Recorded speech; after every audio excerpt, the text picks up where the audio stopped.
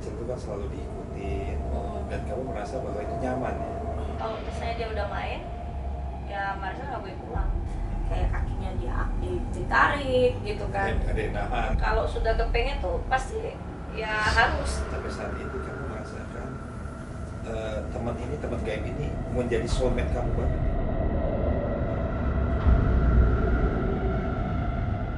Assalamualaikum warahmatullahi wabarakatuh.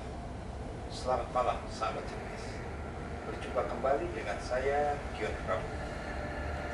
Pada malam hari ini saya kedatangan tamu seorang artis penyanyi yang memang menurut saya lihat memang punya potensi besar sebagai seorang penyanyi, cantik, dan satu saya lihat ada suatu bentuk keanehan di dalam dirinya. Saya penasaran banget, apakah ini termasuk anak-anak indigo atau bukan sih? Saya pengen mendengar ceritanya. Halo Marisa, apa kabar? Kabar baik, Mas. Kamu panggilannya apa sih? Marisa, Caca, atau apa? Teman-teman sih ada yang manggil Marisa, Caca, Bule, ada yang panggil Membal, ya macam-macam lah. Pada saat tadi pertama saya jumpa kamu ya, saya melihat ada sesuatu di dalam diri kamu. Karena kita kan baru ketemu ya. Iya. Nah, lalu apakah benar ini kan karena kita belum pernah ngobrol banyak, saya pengen mengetahui latar belakang kamu. Sebenarnya apa yang saya maksud tadi, apakah betul bahwa kamu pernah mempunyai pengalaman aneh, pengalaman yang penuh ya di dunia mistik, itu gimana? Ya sebenarnya juga dari kecil dulu emang sudah ada di dunia-dunia seperti itu gitu. Jadi dulu tuh Marisa punya teman kayak teman gaib gitu dibilang gitu kan. Jadi hanya Marisa sendiri yang bisa melihat, tapi orang nggak bisa melihat gitu. Itu pada usia berapa ya? Dari SD kelas 1. Kelas 1 ya. Pada saat itu merasakannya awalnya gimana? Apakah langsung tiba-tiba datang atau tiba-tiba ada ciri-ciri tersendiri atau tiba-tiba memang ya boleh dibilang ada bisikan-bisikan atau kata-kata atau ada pembicaraan gitu ya? Sebenarnya sih mungkin karena mungkin aku kayak kurang kasih sayang gitu kali ya gitu, maksudnya dari papa kan udah nggak ada gitu, jadi selalu kayak sendiri. Nah jadi waktu masih kecil itu suka main-main tuh di pohon ya, di pohon, tapi itu di pohon itu ada sejenis kayak tanah yang besar ke atas gitu Mas. Jadi waktu itu Tanah yang menjulang ke atas. menjulang ke atas ya? Enggak, artinya maksud saya pada saat ketika kamu proses pertama, apakah melalui fase-fase juga ya? Ada Fasenya ya? Terus rasanya gimana tuh waktu lihat tuh, kaget atau malah takut atau bagaimana? malah nggak takut gitu, nggak tahu kenapa ya, mungkin karena dia baik gitu kan ya. Cuman ke sisi negatifnya ya, kalau misalnya dia udah main ya Marisa nggak boleh pulang gitu, suruh temenin dia terus sampai maghrib gitu. Maghrib ya? Iya. Ya kalau biasa anak kecil itu kan selalu diikutin dan kamu merasa bahwa itu nyaman ya, terus nggak butuh teman-teman manusia ya kayaknya. Ya suka bingung juga sih, teman kadang kayak suka jauhin gitu kan ya, nggak mau gitu main sama Marisa, kadang suka diolok-olok gitu, kayak apa nggak usah main sama. Bully zaman dulu juga ada ya? Iya gitu, nggak usah main sama Marisa, anak orang miskin apalah gitu, macem lah gitu kan. Nah tapi temen-temen Marisa yang gaib itu ya asik gitu orangnya, sampai dibilang katanya aku tuh kayak orang gila gitu. Ngomong sendiri. Oke, kalau menurut saya ini gini, kamu termasuk salah satu kelompok anak indigo. Kenapa saya sebut anak indigo? Makanya adalah anak-anak yang di dalam, kalau definisi ya, anak indigo adalah anak-anak yang memang mempunyai kemampuan di luar nalar manusia. Karena kita suka ngomong sendiri, terus kayaknya kita nyaman sendiri, ya, memang. Terus ngambil keputusan sendiri. Itu kayak kadang-kala terus sudah tahu, kadang-kadang lihat orang tuh, aduh, benar nggak benar gitu. Itu selalu begitu nggak? Ada. Jadi kayak misalnya dulu kan ada teman-teman gitu yang misalnya niatnya nggak baik gitu. Jadi ya sebelum dia punya maksud gitu kan, dia misalnya wah ini cewek cantik nih, kayaknya enak nih dikerjain gitu, atau misalnya diajakin apalah ya sejenisnya seperti itulah gitu kan. Jadi yang di badan Marisa tuh suka kasih tahu gitu, oh ini cowok nggak baik gitu kan, ini mesti hati-hati kamu nih gitu. Tapi terkadang Marisa tuh suka ngeberontak tuh, nggak mungkin lah si laki-laki ini seperti itu gitu kan, nggak mungkin gitu. Nah akhirnya ya pergi dengan dia ngeliat, ya udah dari situ ya, oh ternyata bener ya apa yang dibilang sama di badan insting aku itu, sepertinya ini orang nggak baik gitu. Tapi sampai belum terjadi sih, selalu ada hambatannya gitu. Untungnya itu hambatannya ada gitu. Berarti memang ada protek ya di dalam badan kamu. Ada, walaupun misalnya pengen banget ya gitu kan. Jadi Marisa tuh orangnya kalau sudah kepengen tuh pasti ya harus dapat gitu kan. Nah dibilangnya nggak baik tapi masih aja gitu, tapi ada hambatannya sih. Hambatannya ya kayak misalnya masalah ini tuh cuma gitu Ya, nggak bisa Jamis. Ini ada beberapa memang pelajaran untuk kita semuanya ya. Tetapi untuk membahas lagi, jangan lupa subscribe, like, dan komen. Karena penting banget ini komentar. Karena bagaimanapun komentar teman-teman ini juga perlu ya untuk bagaimana membangun agar Cilemis ini bisa mengedukasi ke penonton. Oke, ada beberapa hal yang tadi saya tangkap bahwa apakah kamu merasa nyaman seperti ini? sebenarnya. Ya dibilang kalau untuk seperti manusia biasa sih kayaknya nggak nyaman gitu, karena apa yang bisa aku lihat itu belum tentu orang lain lihat gitu kan. Jadi contoh misalnya kita punya sesuatu mata yang sensitif, itu bisa ngelihat makhluk itu ada di mana-mana gitu kan.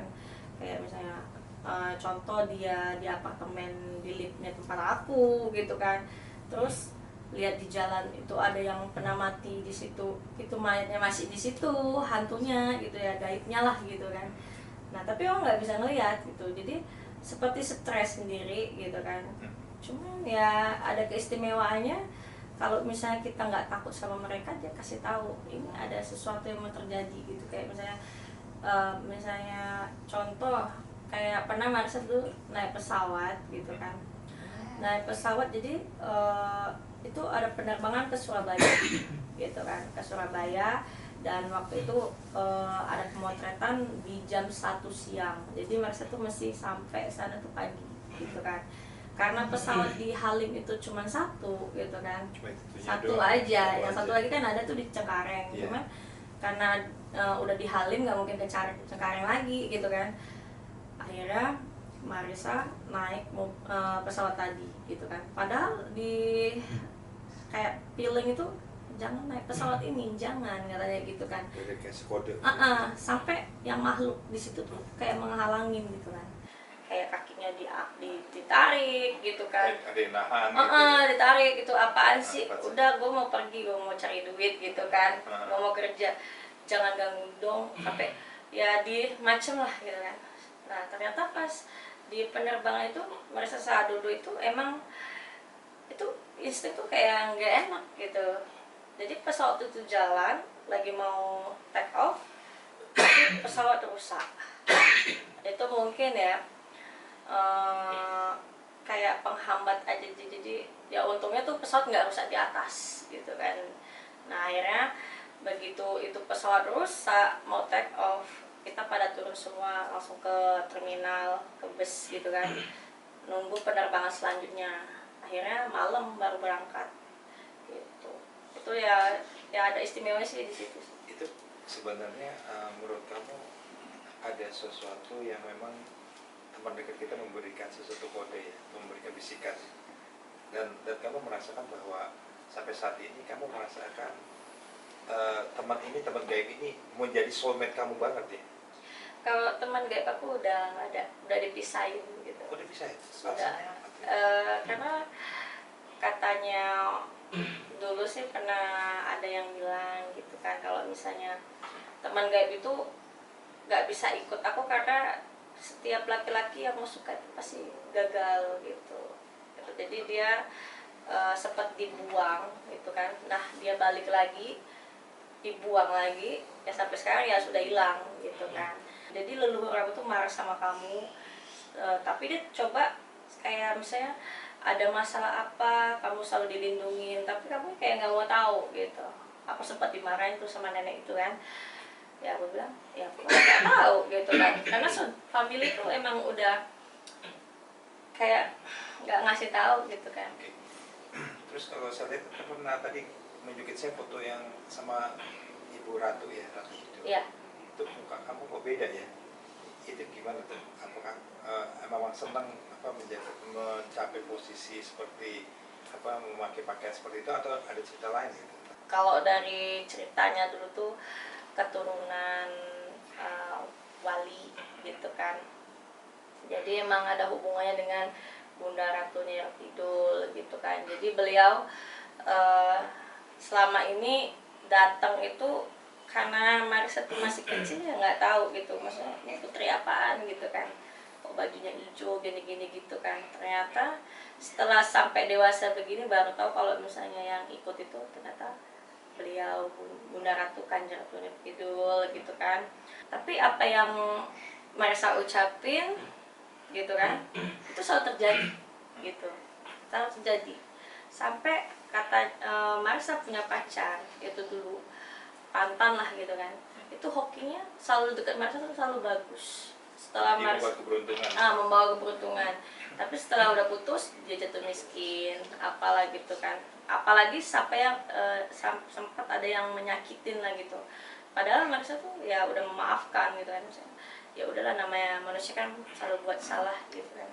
Nggak tahu yang di belakang Marissa tuh kayak nggak terima gitu kan. Jadi Marissa sudah pernah coba buang, tapi ternyata ya ada lagi gitu kan. Makanya sempat frustasi, kembali lagi itu yang karuhun tadi gitu.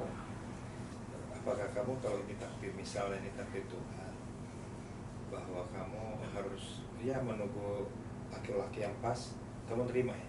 Mungkin sekarang kan memang belum ada jodoh gitu kan, jadi agak sulit sih. Nah Marissa itu emang harus cari yang mengerti gitu kan, karena emang seseorang aja kepingin mendapatkan gift ini gitu kan. Kenapa lu udah dapat gift ini malah dibuang? Tiba-tiba misalnya karuhun yang masuk tuh harimau, itu bisa tiba-tiba galak gitu, galak banget sampai orang yang nggak paham tuh sampai sakit hati. Nah, itu aku suka tiba-tiba gitu. Jadi ya namanya aku masih kecil gitu kan, ya nggak tahu gitu, belum bisa gimana sih cara menetralkan saat orang tersebut masuk ke badan gitu kan. Ya, artinya bahwa sekarang sudah mulai menerima ya. Ya karena sudah mencoba membuang tapi masih ada gitu loh Mas. Oke, pemirsa Semis, tadi kita mendengar bagaimana pengalaman Marissa terhadap dunia spiritualnya. Dan kita tahu bahwa hidup kita tidak sendirian. Dan kita juga tahu bahwa manusia diciptakan oleh Allah Subhanahu wa Ta'ala berbeda-beda. Ada salah satunya adalah yang diberikan gift, yaitu yang disebut adalah manusia indigo. Oke Marissa, apa sih sebenarnya yang kamu ingin semacam cita-citakan dengan kondisi kamu yang sekarang? Atau kamu pengen sesuatu minta sama Allah Subhanahu wa Ta'ala, apakah kamu harus dicabut atau mungkin ditambah lagi nih giftnya? Kalau kemarin tuh sih Mas sempat berpikir kayaknya gue nggak usah nerima gift ini deh gitu, karena kan kalau yang memiliki gift ini pasti ya masalahnya lebih besar daripada masalah orang yang tidak menerima gift ini gitu. Banyak masalah-masalah yang timbul tuh ya sungguh-sungguh berat, sampai kita dimana di posisi itu kita harus menyendiri, tapi harusnya kan kita kayak butuh teman curhat, tapi kita malah curhatnya sama yang seperti itu gitu kan. Jadi karena sekarang sudah terbiasa gitu kan, jadi ya pengennya sih ditambah lagi gitu kan gitu. Kalau misalnya yang kemarin sempet kaget juga gitu kan, kalau sekarang sih kayaknya bagus lebih mendalamin aja. Oke, pemirsa Jamis, tadi cerita Marissa, kita ambil suatu kesimpulan bahwa kita harus merasa bersyukur atas nikmat Allah Subhanahu wa Ta'ala yang diberikan apapun terhadap dirinya. Dan saya berharap nanti ada cerita-cerita lagi dari Marissa. Dan kita sekian dulu ya Marissa ya. Iya. Terima kasih atas kehadirannya di studio Pavindo, yang dimana mudah-mudahan akan mendapatkan suatu informasi yang terbaik untuk pemirsa ya. Oke pemirsa cermis, sampai jumpa kembali di episode mendatang, dan saya mengucapkan terima kasih ya Marissa. Iya, sama-sama. Dan kita tahu bahwa tadi banyak yang mendapat informasi, dan semoga ada beberapa edukasi yang sampai ke kita. Sampai jumpa kembali, dan jangan lupa subscribe, like, dan komen, dan bagaimanapun juga komentar Anda kita tunggu. Sampai jumpa kembali. Assalamualaikum warahmatullahi wabarakatuh.